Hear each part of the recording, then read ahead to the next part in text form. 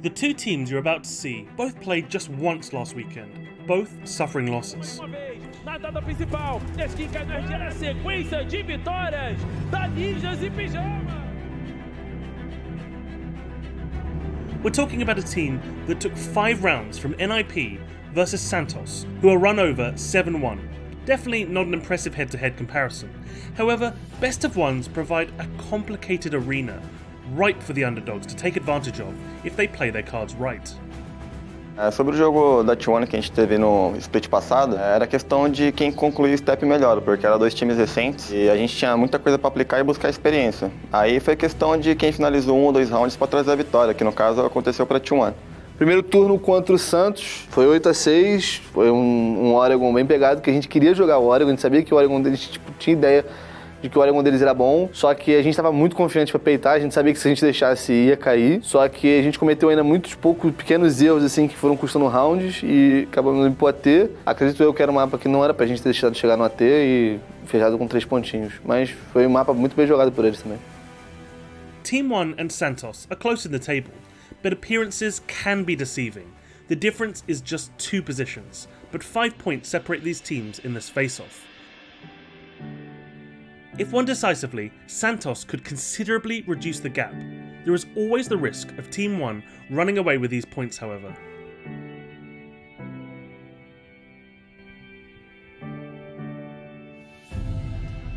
Hoje contra a oNe a gente espera trazer a experiência que a gente pontuou bastante em relação ao tempo do Invitational. Esse tempinho que a gente teve de folga a gente conseguiu fazer os steps do time numa questão de que a gente precisava. Acho que o jogo de hoje vai ser, a gente já é um time muito mais maduro, né? Quando a gente jogou com eles a gente tinha 3 semanas de time. Hoje a gente já é um time muito mais maduro, muito mais experiente, a gente viveu bastante, aprendeu muito no Invi também. Acredito que tende a ser um jogo mais tranquilo.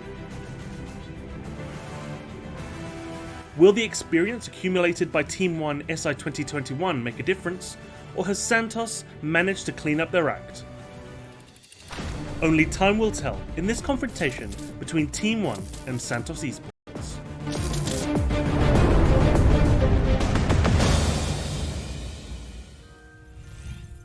Look, at what we had last week, Team oNe versus NIP, it was a really close game. Gio, you spoke about Team oNe as being one of those teams that did so well in SI, being at the top level. They had such a strong performance against a team that has just been completely dominant so far in the stage.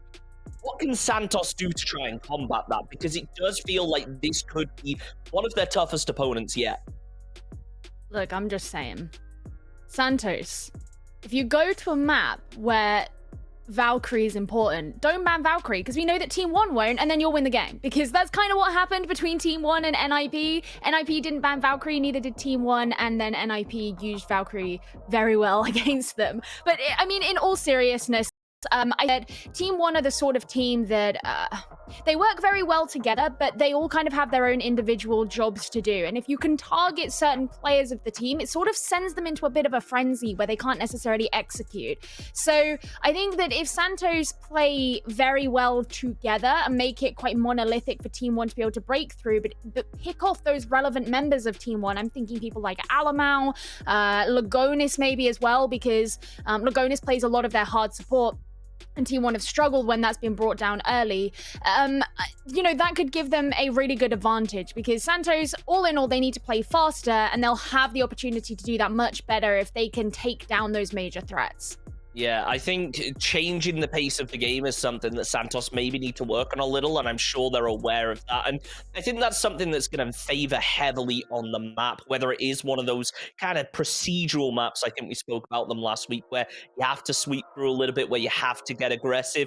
What do you see these teams going for, Ollie? Are we going to have one of those more procedural maps, or maybe one that can be a little bit scrappier at times? I think it really is a tough one, isn't it? Both teams really like Oregon, which I know is not really going to blow anybody's mind. Team oNe, they tend to prefer playing on Oregon. It's their highest played map by quite a large margin. I think it'd do well for Santos to go somewhere like that. We didn't see Santos play too well last week, over on Cafe. And that's in part due to the fact that you've got to be very well coordinated as an attacker, because there's a lot of things that you have to do separately to achieve the end goal. And that's a criticism that we had of Santos quite frequently. Now, whilst that's true, the same on Oregon, there's a little bit less pressure on it, and there are options to sort of funnel yourself through as an attacker and still get the job done. So for me, I would expect to see a very sort of quote-unquote standard map. I don't think we're going to be looking at anything too exciting here. I don't think we're going to be going to like a Coastline or anything of that sort of nature. I believe we're going to be headed over toward an Oregon. Yep, well, we'll have to find out. Gio Villa is out first, so Chalet Cafe out. It's looking promising for Oregon right now. What are we thinking? I mean, it's 50-50 Damn at this it, why point. is he? I hate that he's decided to hover over it. I was waiting.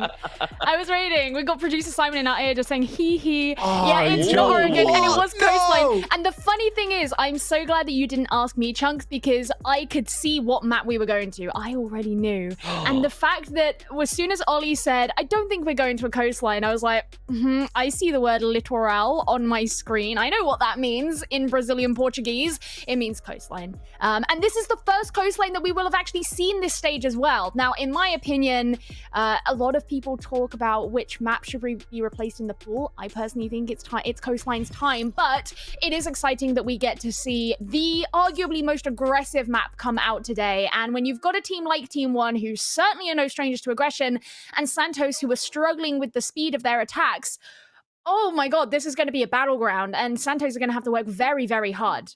Yeah, Very Ollie, do you think that this map being, a little bit more of a frenzy at times, do you think this is going to handicap Santos potentially, or can they completely catch us off guard? Rather than playing it slow like we've seen in the past, they can just come out big, go fast, get aggressive on the attacking side?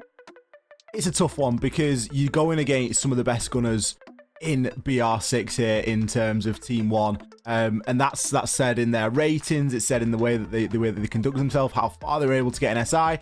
And on the side of Santos, whilst yes, they're very skilled and very good in the gun skill department, you just start to wonder and worry if there's the holes are going to start to show today. And whilst it is an aggressive map and you can get away with getting rounds won on the attack and maybe playing with a little less of in terms of strategy, you still need that coordination as a team. And that's something that it comes in the form of refrags, it comes in the form of trades. So I do still think it's going to be a tough one for Santos. I'm really, really surprised at the map. It was funny because it was the only map that I went as far as to say I don't think it's going to be this one. Well, sometimes we've never played it. But it doesn't come into your head, does it? And I mean, No. I guess I still get a win because the last map banned was Oregon, so we could have still gone there anyway. You were close. You got half a point. I'll give you that one. I'll give you half a point there. I wish we had a tally going through all this, because every time I put pressure on you guys as to which map we're going to end up on, I feel like we should start keeping score in the future. But let's focus on the map a little bit more right here, Gio, because as you mentioned, we've not played this map yet in the stage. What should we expect? We speak about it being a little bit more aggressive. Any particular operators we're expecting to, shine or maybe be banned early on this map?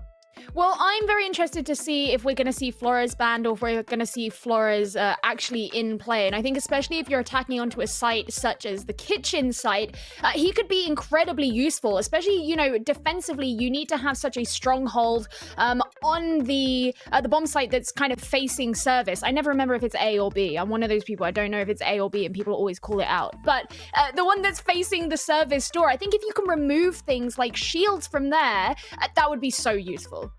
Well, I guess we're going to see how effectively they can remove them, because game number 1 of the evening is underway. Once again, Ollie, Gio, take it away. Thank you very much, Chunks. We're going to jump on in now to our first game of the night. Santos versus Team One over here on Coastline. One of the first times that we've got to see Coastline so far in Stage 2. And certainly not the matchup that we were expecting to see it in. Santos starting things off boring. I don't want to be on Coastline anymore. Back to ban. Get out of here. I mean, there's so much to go into it, Gio. Oh, no. I wanted to see Flores on this map. I really did. I was so interested to see how he would influence the kitchen side. I mean, I personally think that would be the one where it's the most influential. But even on Hookah Billions, I mean, even downstairs, the downstairs would have been so good for us on either of the sites. Damn it. It's so annoying. It would have been so much fun, but I suppose we shall have to accept. But it does mean that, you know, obviously other attackers can't be banned instead. So Team One will still have access to their beloved Buck, for example. You're still going to have your hard breaches available. And we have seen over the course of the last few months, it's become popular once again to use hard breach on the pink wall, except instead of opening the entire thing up, what you oftentimes find is from luggage or from the roof, they'll use a 4-pellet Hibana to just open up a small hole through which you can send in nades, even hold a line of sight down towards Cool Vibes. And with Lagonis locking in Hibana there, although I suppose I've got to wait for the 6-pick, but I highly doubt he's going to change in the 6-pick, we could end up seeing something very similar. The big question mark for me in this one, Gio, is that Santos were the team that banned Oregon, and they get to start on the defense first. They could have had Oregon defense first in this match. Yet, here we are on Coastline, where it's one of the few maps that could be considered attacker-sided, and they're still starting on the defense. They're starting on the unfavorable side. They could have had a real big swing in their advantage. I'm expecting them to show us something pretty substantial here, because you don't just come to this map when something like Oregon's available for no apparent reason. So, I don't know if they've got some sort of killer strategy that we're going to get to see, or if they've just got an idea of how Team One want to try and play it. I guess we will find out as we move on through. Hookah Billiards going to be the first site choice here from Santos. Nothing too crazy in terms of their lineup. They haven't got the Maestro. They are bringing a Bulletproof on the Jaeger, so info is going to be there. Typically, you would play a Maestro on this site as well. It's the first E1D. Not only trying to catch out anyone who's moving, but of course it forces the defenders to remain stationary as well. Very important to get that hatch open too. A lot of teams will like on the attack to go for a thorough clear through from, you know, the master side. This is a very nice drone, and it's spotting out one of those players over towards the kitchen.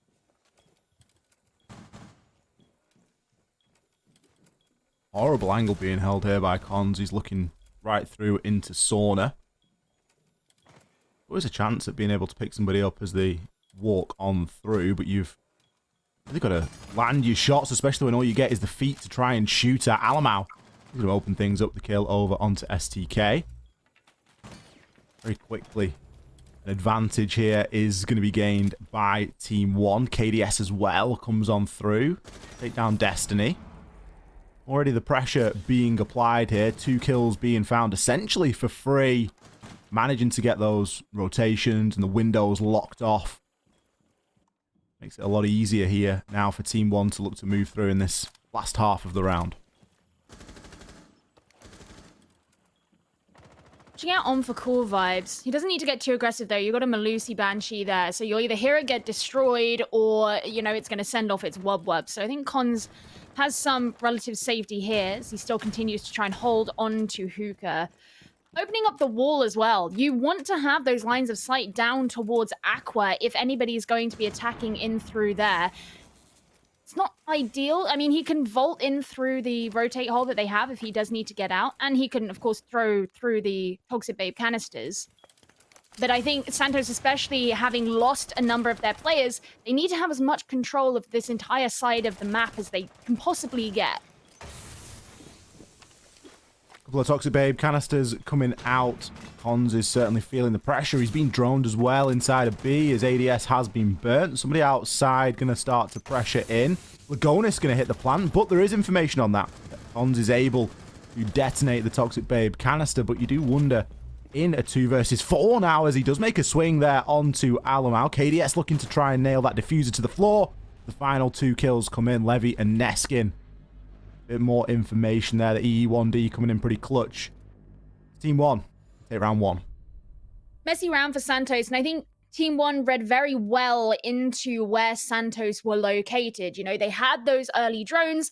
They knew that there was presence down in kitchen, and so by default, they knew where there wasn't presence as well. Combine that with the fact that you're bringing along a Lion and have the E1Ds at your disposal, suddenly it becomes much easier for Team One to find those routes in towards the site. They exploit the fact that, you know, you have was it Cons on the smoke over in Hookah? They know that he's in there. It's not very easy for him to move through. He still has to try and hold on to Hookah. So it's not like he can just relinquish that position. All he really has is the option to throw in the Toxic Babe canisters. And if you can bait a number of those out, then, you know, they're going to be gone. And the soft wall means that they could, in theory, shoot straight in onto him. So it put the remaining members, the defenders of Santos, in very precarious positions just because Team One read in early to where their positions were in, you know, the first half of the round.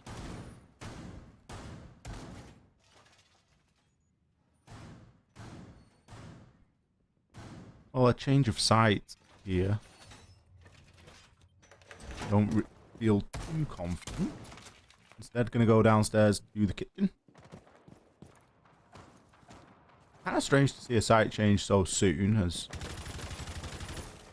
And I'm probably going to continue in this kind of critical vein, Gio, of Santos picking this map, just because I feel like they've got to be able to win defensive rounds on here, and if they're not going to sort of retry back upstairs, then you do start to wonder, don't you? Because we know how good Team One can be when they look to try and play vertically, and the amount of kills that they were able to get, particularly in the early part of the round, without too much committing into the map, was very impressive. A bit of a change here. Santos are looking to play a bit more off-site. When you have a look at the Alibi, you have a look at the Malusi and the Oryx as well. U1D could disrupt that, as typically if you're playing off-site, you want to be going in for quite a, you know, a deep roam. Alamau caught out. It's actually just going to back straight out of the map as well. Go around for a different angle. Oh, look, they can see Hunter. And he doesn't know. The droning from Team One has been pretty good so far these first couple maps, but Alamau's actually the first to fall. There's just going to be some off-put here. The Cons landing the second. Ooh, there's a what really nade. nice nade. E1D coming in, but instantly Neskin being taken out of action. Levy looking to try and make some sort of progress, and along with Lagonis, they're actually going to find two here. Levy moves through and does take down Hunter, so even a situation that wasn't really favouring Team One has resulted in a 2 versus 1 for them. Rise on the Oryx. He has the speed to make this rotation nice and quickly, but he's also quite loud. User in the hands of Lagonis. Drone information now on Rise. He's going to go for a pretty aggressive challenge here. There's another drone at his feet. There's so much intel here available for Team One. Lagonis already hitting that pre-fire. Plenty of time to work with. No real reason to panic. And you can see that Team One are just getting themselves into a position where they can get this trade. That rotation hasn't been made very well at all, as Rise was struggling to get on through. The plant now being attempted, but Levy there with the cover. Good end there. And actually, you know, Santos got the first 2 opening kills, I think it was. And I thought maybe that could be a difference maker. Apparently not. You know, you look to see opening kills as maybe a momentum starter for the rest of the round. And one of the things that I said at the start of the game was that Santos would need to target and pick off some of those really key players from Team One, and apparently that simply wasn't enough in this case. I think Santos just look a bit, at times, lost on their defense. You know, they look like each member is trying to focus on too many things, and Team One can just walk in. It happened in round 1, happened round 2. I would like to see them just appearing to be a bit more comfortable in the way that they've set themselves up. Not, I don't want to say it's a panic, but they just don't look comfortable at all. There's a recurring theme as well with Rise being the last player alive. I'd love the stat on it. It's not something that I've been keeping a sort of proper track on in terms of a statistic, but it's certainly something that he's so often in a 1vx, and you just got to feel for the guy because he plays on the Nomad, he plays on things like Oryx, and he just always finds himself caught out. So there's got to become a point where that ceases to happen and he moves on to, you know, a role that's a little bit more involved in the rest of the squad and makes that rotation a little bit quicker. Because there's so many rounds where Santos are essentially playing a 5 versus 4, and it just doesn't give them any sort of advantage. They really struggle to start going from there, and especially when they're losing that opening pick, it's just another thing that compounds and doesn't help them. Got to write down the score from the first 2 rounds. All right. Yeah, I'm interested to see where it is that Santos is going to go here. It looks like they're entertaining the idea of going back to kitchen, which is interesting because they lost the first round and, of course, didn't go back to that same site. That was up in Hookah and Billiards. They lost the second round, and I guess they want to go back.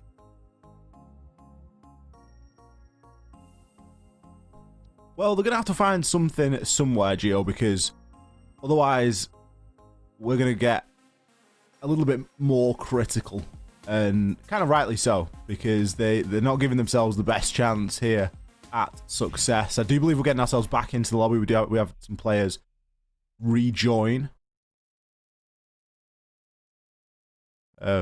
Destiny PC crash, and he's managed to get himself back on in, and we're all ready to go. Santos, they're going to have to start finding rounds sooner rather than later. Otherwise, this one is going to start to run away from them. It's not the end of the world to have lost the first 2 rounds, but, you know, with Santos, as we discussed before, they could have had the option of going to Oregon. And that's the thing that's really annoying, Gio. Well, this is the thing that just on Oregon. Yeah, and this is the thing that confuses me so much as well, is Santos have not played Coastline at all in the last few months. There is no record of it on CGG. However, when we look at Team One, they've played it 5 times, 60% win rate, which means they've won 3 of those games, and 2 of those teams against whom they won are FaZe Clan and MIBR.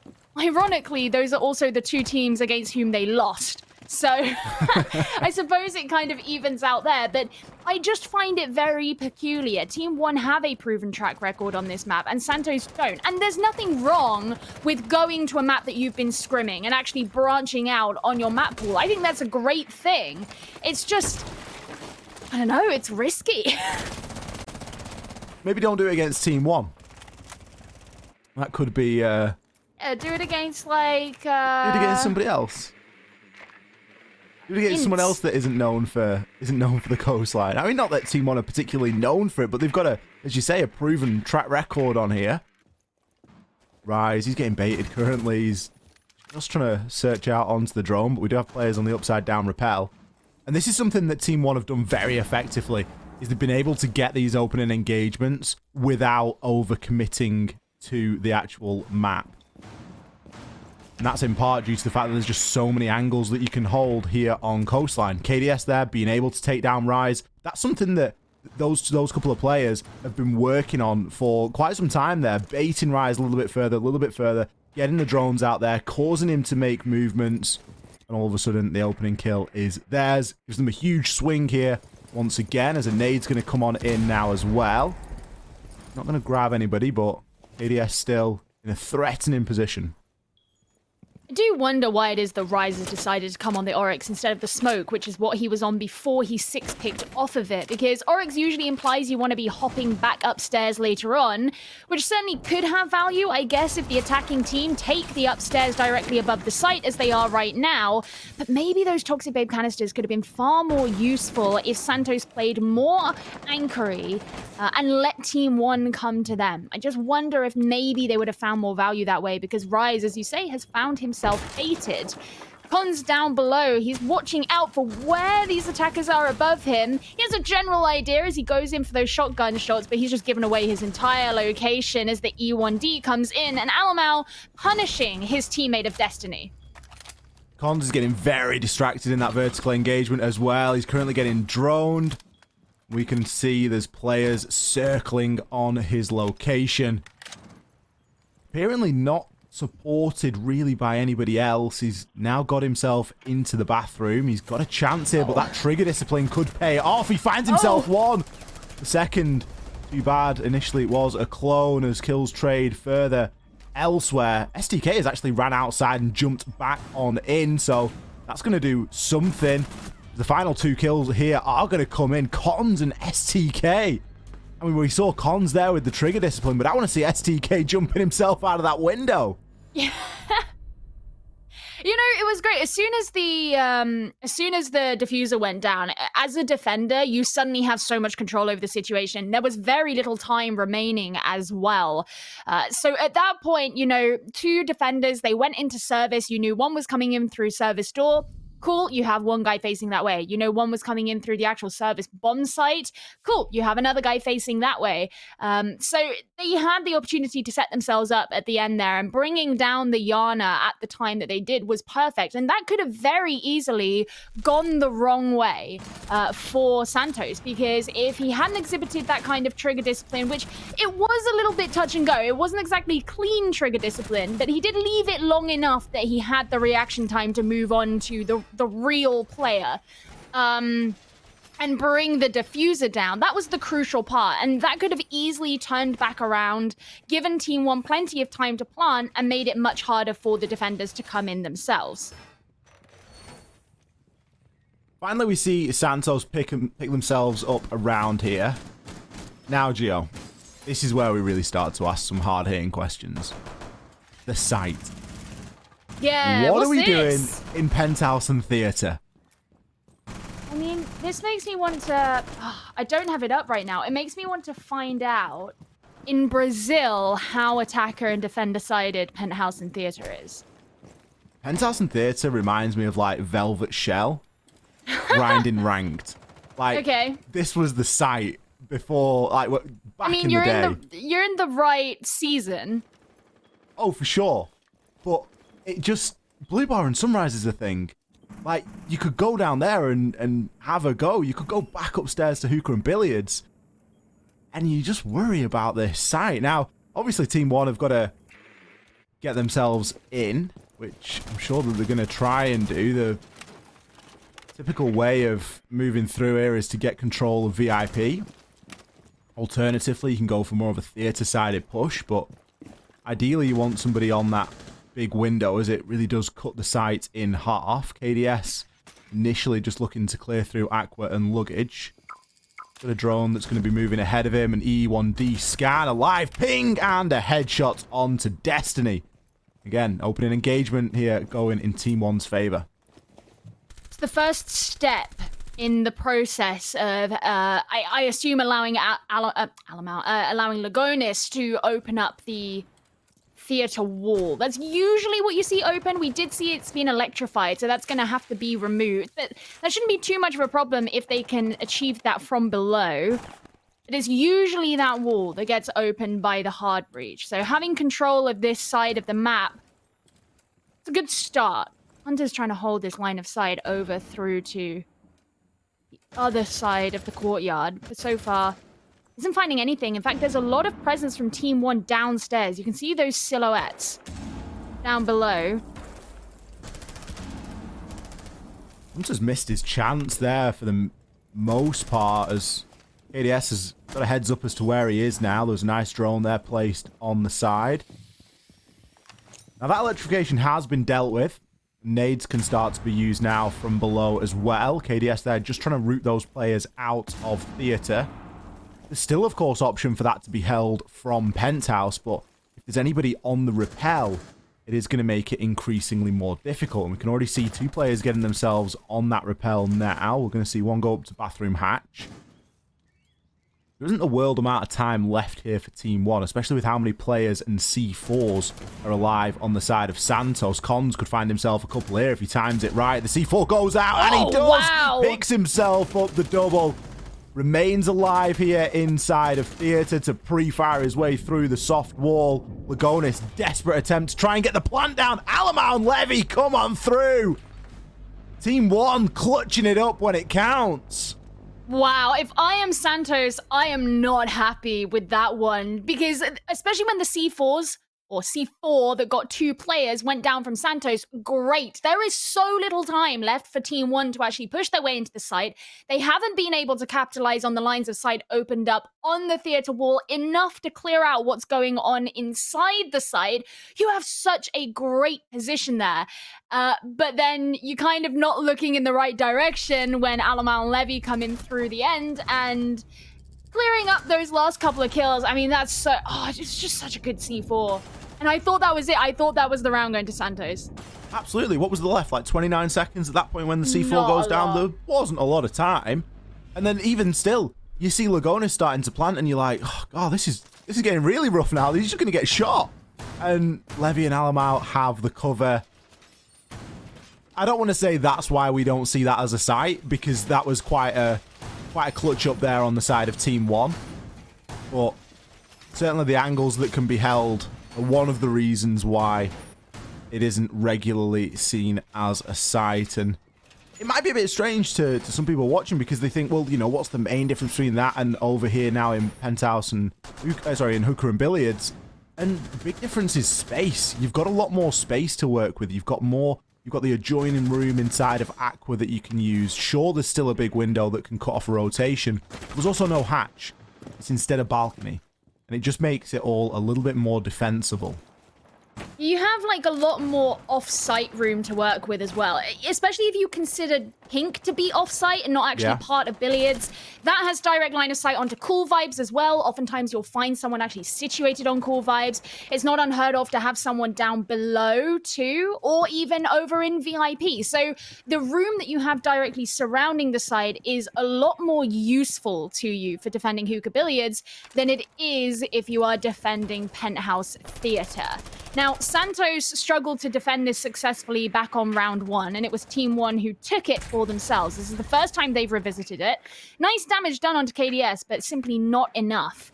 This is another one of the issues that Santos had, is getting droned out so successfully by Team 1, and then just being brutalized as a direct result.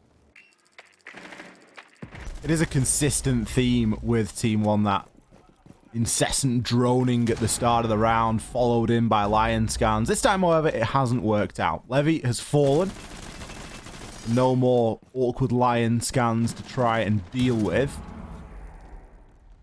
And instead, it puts Team 1 on the back foot for a time. Alamau, though, can be able to find the refrag over onto STK, albeit it's a little bit late, but... Oh no, what's that? That's a grueler! Trying to make the vertical holes, and... Oh, Destiny. That's the C4 gone from below as well. That's the whole reason you're trying to make the hole. Oh no. This is a very similar situation to what they had before, because they were down to just 3 defenders by the time that Team 1 came to encroach on the site in round 1, and they struggled to cover all of the space that they needed to. They are going up against 1 less attacker than they were in that situation, but they still have the man disadvantage, and it's still going to be quiet. No, don't just run out. Please don't do that.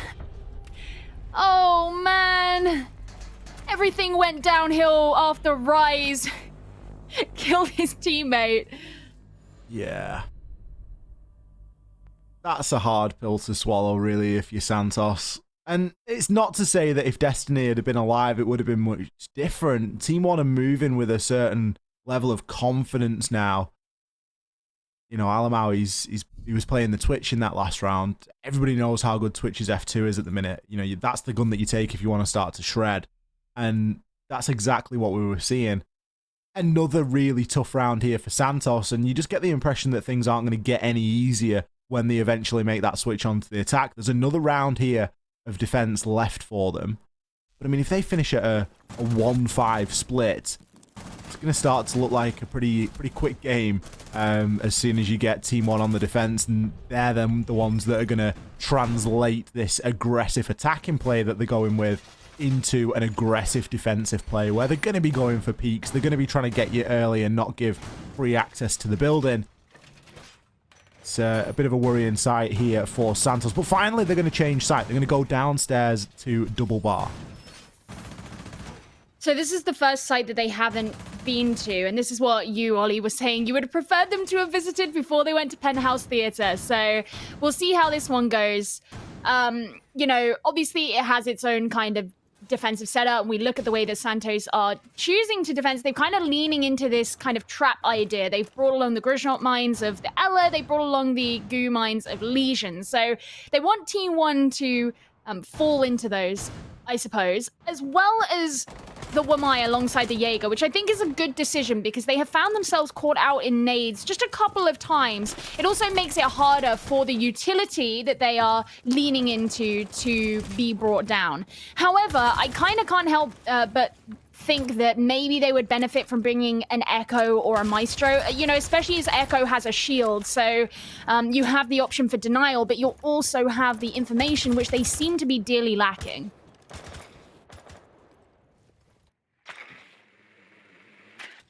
Yeah, information isn't something that they've really chosen to bring all game either. We haven't seen any Maestro really be played by Santos. And you think of this map and you think Maestro's a bit of a mainstay. Especially when you see operators like Ella and Legion being brought, you start to worry a little bit. So we'll see where the Grismots have been placed and if there is a specific plan for them. ADS droning himself in now. He's got active info as to where Rise is. In the meantime, doesn't want to challenge. Instead, going to look to leave Rise to live to fight another day. Make a bit of a rotation. A lot of upstairs controllers available pretty much for free here, which is kind of unusual with the site being Blue Bar and Sunrise, as there are some very powerful angles that can be gained. Lionscan comes in along with the drone. That's the information that was required, but Vagonis, he hadn't accounted for Rise to still be inside a kitchen. Destiny as well, doubling down. That's Diffuser cold on the stairs. It's a good hold there from Santos. Yeah, I don't hate that from SDK. When he saw the drone initially, I was worried he was going to get himself caught out because, you know, the player from Team 1 was only just further up the stairs. It means that Alamau now has to be a bit more precarious to collect the diffuser, but he's collected it pretty safely. Now, Team 1, still a bit further behind in terms of man advantage, and if Cons can get himself picked up here, then Santos will look pretty decent. Final 30 seconds. SDK's taken Ella. Scorpion's doing a bit of damage for him inside of this round. Cons is still going to be downed here. Alamau looking to make a drop, gets himself into an engagement and actually finds it over onto Destiny. Essentially still a 3 versus 2 here in favor of Santos, and with not a lot of time left, you've got to think that this is a round that they could be getting here. Alamau looks to pad his stats before being taken out by Rise. Neskin, he's still outside. Gets caught out there on the window. We will see a 2-4 split here for Santos. So the answer to the question, should Santos have gone to Blue and Sunrise instead of Penthouse Theatre? Indubitably, yes. Yeah. I mean, you can't put it quite that simply. You never know how it would have gone, but they did pretty well on it. And I think, you know, Team 1 didn't attack that in the most orthodox way. Typically, you see it be a bit more methodical, open up either the wall into the blue bar, or you focus on pool or sauna or whatever you want to call it, the opening into Sunrise, remove utility that way. But instead, I think they read very much into the fact that Santos had this roam going on and they wanted to do a clear, which is what Team 1 have been doing for lots of this game, and it's worked out for them excellently. But they were the victims of a lot more damage than I think they were anticipating in that round, which is nice to see that Santos kind of got some grip onto that, but unfortunate that it happened to be in the 6th round when they were just on the cusp of the turn of the half. However, it means now that Santos are going to be on attack, which to many would be the better side of Coastline, although so many of the maps in Rainbow Six over the last year have switched in a number of regions, as to how you would expect the halves to go. You know, like in one region you'll have defender-sided Oregon, in the other region you'll have attacker-sided Oregon, or Consulate has certainly changed over time too, so who even knows anymore? It's very matchup specific and it's very operator band specific as well.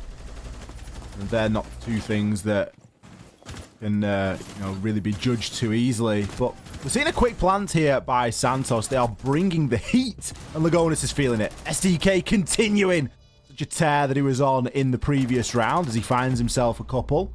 Still alive in a post plant here for Team 1 to try and work with. A very aggressive plant there by Cons on the Lion. Alamau, so many angles to try and keep safe from here, and time really ticking down. 20 seconds left remaining. Don't forget they need 7 seconds to hit that defuse, so really the kills have to start coming in, but it's going to be Santos that are finding them all. STK, what a round from him. Hey, look, very much the problem that I had with Santos over the last couple of weeks is how slow they were being. And slow is certainly not an adjective that you could attribute to Santos in that round. They got in very quickly with the diffuser, sent Team 1 into this kind of flurry where do we go for the diffuse or disable, whatever you want to call it. Do we go for the disable? Do we have to, where are these attackers coming in from? You know, it took them off guard. It took them by surprise. And because of that, it's not something that you can rely on every single round. I don't think that's going to be something that Santos can replicate on every round that they go into, but it was certainly a great way of starting off the half.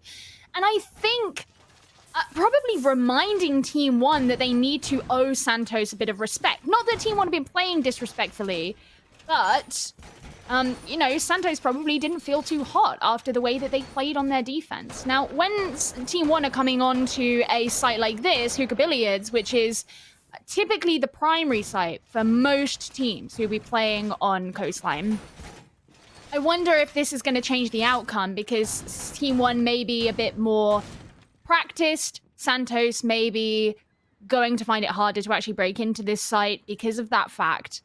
It could be that Sunrise and Blue was just easier to exploit in the moment. I think it's a classic cheap round, isn't it? Where you can just catch your opponent off guard, especially the position that Santos were in going into this. They were down. You don't expect teams to play so aggressively when they're trying to fight back, because small mistakes in a rush round could really cost them. This time, Cons has actually found himself down pretty early. I think from the drone hole. Diffuser going to be in clear line of sight as well. KDS, this is the aggressive Team 1 that we were talking about, where they will challenge you and not give you free access into the building. Cons will be recovered and looks to try and regain that diffuser. So nothing really lost on the side of Team 1 there with that bit of an opening. They've lost a little bit of health off KDS, but everybody has made it safely back onto the site, and a much more information-focused lineup being brought here by Team 1, as the Echo will serve as some sort of information out there for the players, potentially a little bit of plant denial if we get that far in. Probably gave Santos a bit of a scare having Cons go down the way that he did, because if the E1D had been fully taken off the board that early, I think that would have driven quite a wedge into the way that they wanted to attack. Luckily for them, he was, of course, resurrected, brought back from the dead. So they can still rely on that. But with him lacking so much in health and carrying the diffuser too, there's a bit of a risk. Although, I do remember always being told, in Siege, it doesn't matter how much HP you have, because one-shot headshots exist. So, you know, 25 HP and 100 HP, basically the same thing. Yeah, it really doesn't matter all too much when you can just get pinged off. We're going to see another plant attempt here, and the aggression this time not really going to be paying off. Lagonis able to hold firm. The shotgun from Sofa doing a bit of damage. He eventually will be swung by SDK. Why is nobody watching the VARs? SDK is going to be taken down as a late trade. Hunter, last alive, 1 versus 4. Quickly made into a 1 versus 3. Alamau getting a bit aggressive there with the revolver. 35 seconds left, and no, everybody on the side of Team 1 is swinging. What is going on? This was a 1 versus 4. Now it's a 1v1. Hunter, he moves on through and eventually is taken down by KDS. One of those scary situations where a 1v4 becomes a 1v2 and then potentially a 1v1, but still, Team 1 able to get it over the line. It concerns me how little recon was apparently done by Santos in that round. You know, the fact that they didn't know that Lagonis was in drinks, it doesn't really matter about whether it is, oh, he's got a shotgun or not. There was someone there, and Cons just walked into billiards. Like, that's a pretty normal place for someone to be. Why wasn't that droned out? Why wasn't that pressured? Why was there still a shield standing in the hookah doorway? You said that, you know, people were just allowed to stand by Vars. Cool Vibes is such an important place to guard because you have control over hookah and the stairwell, and if you can get the right angle, you can also hold one through into drinks and have some kind of control over billiards too. So really peculiar to me that wasn't more thoroughly dealt with by Santos. And I would like to see that improve. I want to see things like shields be brought down in a methodical manner. I want to see them use their drones. You know, I'm not going to harp on too much about the fact that they didn't open up the pink wall. They didn't actually bring any hard breach, and I don't think it's necessary. It's certainly one way of putting pressure onto a player who's in that position. You don't need it.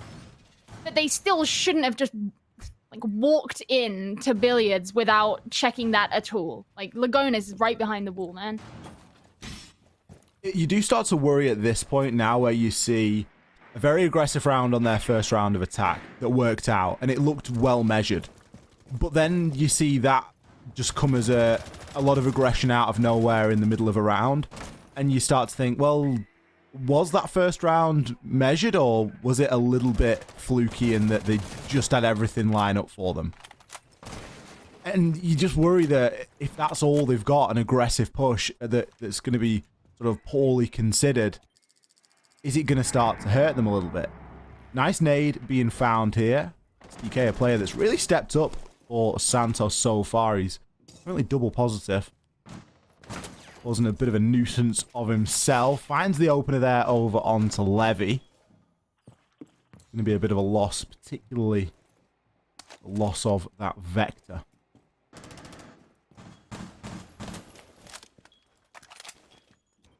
Santos look like they're taking a bit more time here. I mean, all of these players, well, a lot of them look like they're on their drones, which is nice. And yeah, I think in the first round of this half, they could build on the fact that, you know, because it was more of a rush type strategy, you don't need to spend a ton of time removing utility and whatnot, but it doesn't really work if you're trying to go for a normal sort of round. Hunter, the player who brought it down from a 4 versus 1 in the last round, is the first one to be removed off of the map. With him playing as Sledge, that's going to make it much harder to open up the floor above the site and hold any kind of vertical angle. Yeah, Team 1 can relax a little bit now, especially KDS, as he's a little bit more unlikely to be as heavily pressured upstairs. Only Zafir left as an option to open up any vertical angles, and with Goyo being in play and a smoke, that means there's at least 3 shields to be going at as well. So that Zafir utility already is earmarked for that. KDS can just continue to hold an angle down onto kitchen door, a window from upstairs. No one really on the side of Team 1 needs to move at the moment. A little bit of pressure coming in now. Neskin, he's able to find himself one as Pons does trade back out. The push now coming through into service. Alamau gets away with his life, creeping through the rotation. KDS from above is going to find one before being traded on out. And STK, the man that has been so consistent so far, eventually will be taken on down. Team 1 having to scurry out of the site and get ready to retake there.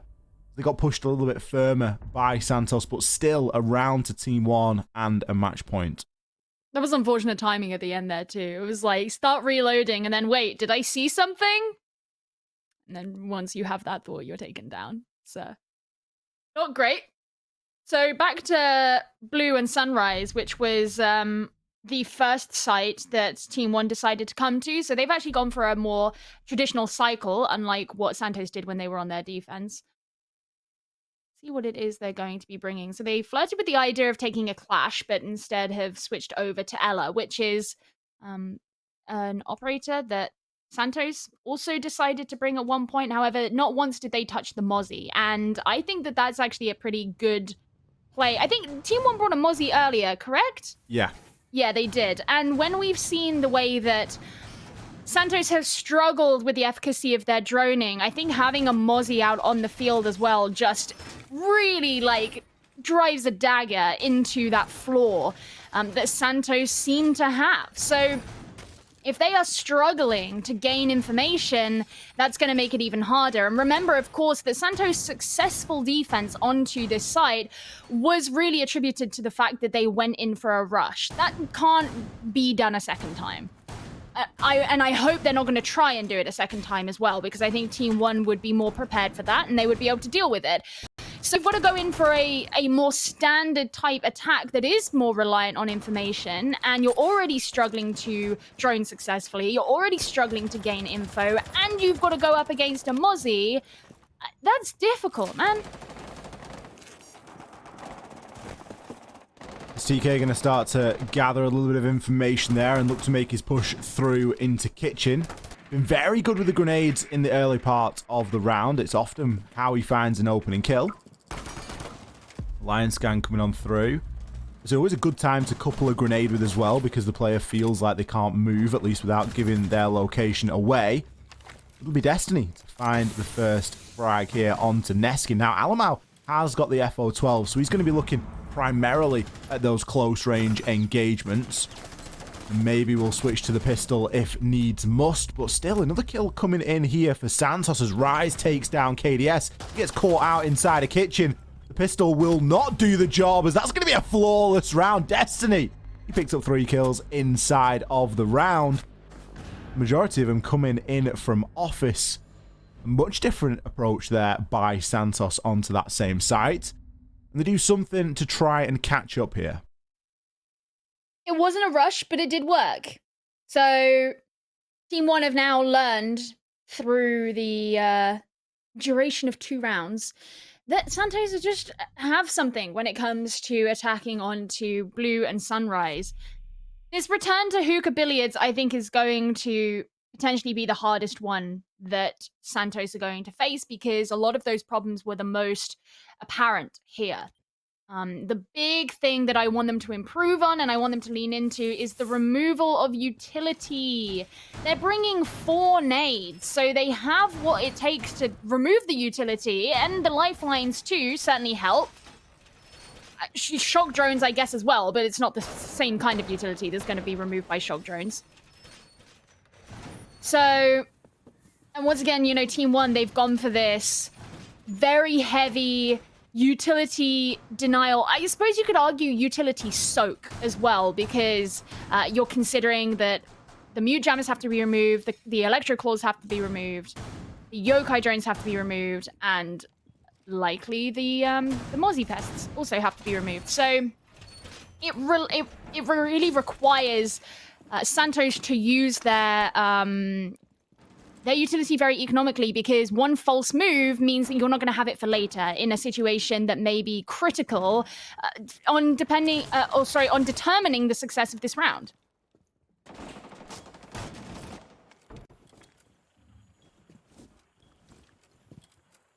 We're going to see a slightly different Team One try and approach this site. Kind of strange to see the Cade being brought by Alamau when we haven't really seen Hard Breach be utilized at all by Santos. Some aggressive entry in there downstairs. Levy gets one, but STK is there with the trade. You can see as soon as a player's hopping on through and a lion scan comes in off the back of it, and you know there's drones out there, you know it's going to be pretty aggressive, really trying to isolate a defender. Still going to be a defender downstairs inside of Sunrise. Going to be Neskin. Is he going to go for the rotate, or is he going to try and fight his way out? He's instead going to get pre-fired on through, but so's Destiny. The cover comes in from those cool vibe stairs, but Rise with an alternate angle. Really good pinching here on the side of Santos, as they do a lot to remove the player down in Sunrise. A nice team effort. Going for the wall bang. Doesn't find anything. Half the minute is down, and Santos are not satisfied that they've removed the player from downstairs. But of course, we as spectators know that there isn't anybody behind the Sunrise bar. And there's a drone in pool just ahead of Rise that should be able to confirm that for him. And I hope that means more focus is going to be spent on the upstairs now, where these 3 players from Team 1 are. Now, again, look at how much is protecting KDS here. He's got the shield. There are ADSs around. There's a mute jammer too. There's not tons of time for Santos to try and eat through this now, but I think it's going to be pretty paramount for them to successfully break into hookah if that's what they decide is the next move for them. They do have to commit to which push it's going to be, and it looks as though it's going to be a Cool Vibes push as Rise does take down Alamau. KDS feels the pinch as well. Nice. Hookador and Cool Vibes both being pressured. Lagonis, he doesn't have a great deal of health. He does, however, have a C4. It isn't going to be long enough. Cons is going to get that plant down. He's giving the location away. Lagonis finds one. Refires with the shotgun for the second, but we can see that the player is in fact on Cool Vibes. Lagonis instead, starved of information, Cons with the crossfire. He knows he's going to be pushing in there from Hookador. Easy line of sight to try and hold. A very difficult shot for the SMG to pull off. Santos again find themselves another round here. Now it's still going to be match point for Team 1, but it's the last opportunity they will have at coming away with a full 3 points. I really like the way that Santos went for that attack. I'll be totally honest. You know, the way that they set up the 2 players to come up Cool Vibes. So you kind of bait that player at the top of Cool Vibes to try and take what they assume is going to be a 1 versus 1 and is not. Worst case scenario, you get the trade, but actually it wasn't even that. None of the players from Santos went down in that engagement. You've also got 1 player standing in the hookah doorway, so they can provide a crossfire as well. So if you're the player at Vars, you got to decide which way you're trying to look. And of course, you can't look all 3. So it was a really nice coordinated effort to bring those players from Team 1 down. I mean, even at the very end, when we saw the last player from Team 1 try to land a kill over by hookah window, still getting caught in a crossfire. It was almost bait. So that was very well played from Santos, especially considering they didn't have a ton of time left and they hadn't done a thorough utility clear because so much of their attention had been paid to the downstairs in the early half of the round. Really impressed with that, and I would like to see Santos continue on with it as they head into round number 12. Once again, we'll be attacking onto the exact same site. A slight change has come in from Team 1. Instead of a Kaid this time, they've decided to bring a Doc. It kind of makes a little bit of sense because there's been so much pressure on the grenade play from Santos that the Doc's going to give a chance at reviving a player or juicing them back up a little bit. Now, of course, you could have brought a Wamai as well as the Jaeger and try and gain a bit of an advantage that way. Still, Team 1 are probably feeling like this one's run away from them a little bit too much, and of course they're going to be trying to lock it out here and maintain a full 3 points, as if this one goes to overtime, it really could be anybody's. Santos have certainly got it in them to take this, and they've surprised us, or they've at least surprised me. I don't want to speak for you, Gio, but with the way that they've attacked so far, this looked like it was a pretty done deal for Team 1 a couple of rounds ago. And since then, we've seen Santos really do quite well. It's been interesting as well because in rounds 8 and 9, their attack did look incredibly flimsy. Like, I'm not going to lie about it. I was not impressed with their attack whatsoever, but it has improved over the course of the half. I don't see them suddenly failing on this one. It's about whether they can deal with the adaptation that Team 1 have made. Now, Almau, I wonder where he's going to play, because personally, I would like to see him play... Okay, he is heading over to where I wanted, because over in pink, you have the direct line of sight onto the players by Vars, as well as into billiards too. So it's a good position to be able to use the stim pistols should the incoming fire come onto any of the teammates around you. Able there to juice up Lagonis a little bit, as there's almost likely going to be a flood of attackers coming up into Cool Vibes. The nade does get eaten by the ADS. Still 1 in pocket here for STK, but a C4 is going to fly on out. Is it going to land? It is. It's going to do the down over onto STK. Lagonis may not know that at this point and could look to try and push on with the shotgun, but a lion scan going to stop him from doing so. He doesn't matter really about the scan, and instead is looking to challenge Destiny as well. Could find himself 2 here, and he does. It's a huge swing there for Team 1. Lagonis, the aggression has paid off. There's 35 seconds left.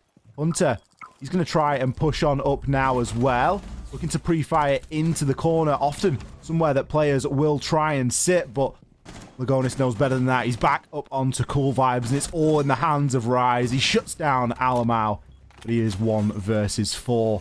15 seconds remaining, and everybody knows where Rise is. The C4 from below is a little bit early, but Neskin with the pre-fire. He had loads of options there. He could have peeked left, he could have peeked right. Instead, he just hugs the bomb chassis, finds the final frag, and Team 1 puts an end to this game. They're going to take it 7-5 against Santos. There was a really nice adaptation coming out from Team 1 at the end. The way that they played the dock facilitated that really aggressive shotgun on Cool Vibes. Lagonis had nothing to worry about because the overheal meant that he could push down the stairs without really any worry. And to get 2 kills for it